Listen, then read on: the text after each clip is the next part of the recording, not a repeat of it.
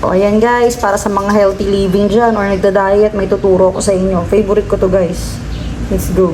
Isa-isahin natin. Kailangan natin dito ng real mayonnaise. Basta ito yung gusto kong mayonnaise. Bala kayo sa gusto nyong mayonnaise. Pino. Gusto ko yung green. Green.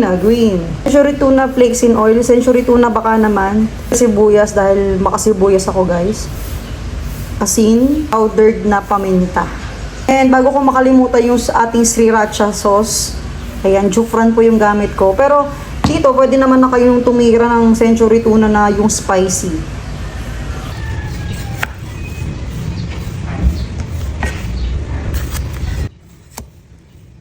Hindi ka matakbo.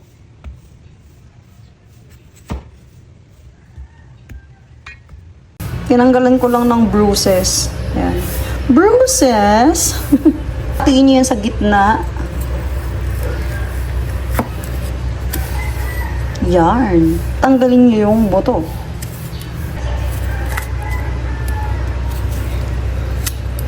Yan. Perfecto. Ito, parang ganito. Malalim kung kaya nyo ng malalim. Ganyan. Ito na yung mga na-carve out natin.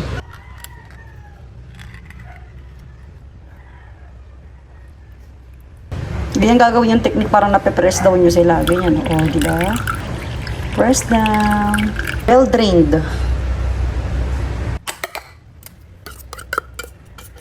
Uy, cat food. Charing. Ganyan siya. Ting! O, diba? Yan, ganyan. Lagyan na natin yan dito sa ating mahiwagang tuna. Talagyan na tayo ng mayonnaise. Bala kayong gaano kadami. Basta ako gusto ko madami. Yan. Sapat na ba yan? Ang kulang. Paminta. Okay na yan.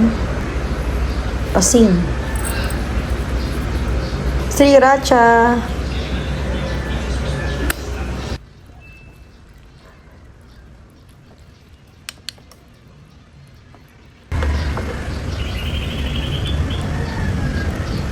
Uy, grabe naman yan.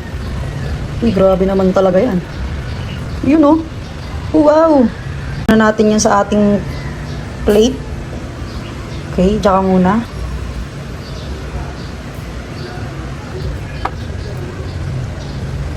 Ba, hindi pala nakikita.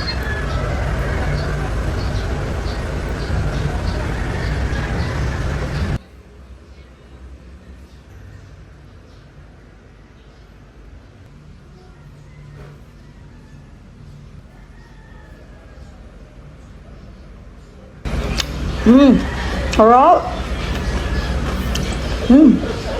Ang refreshing. Sarap.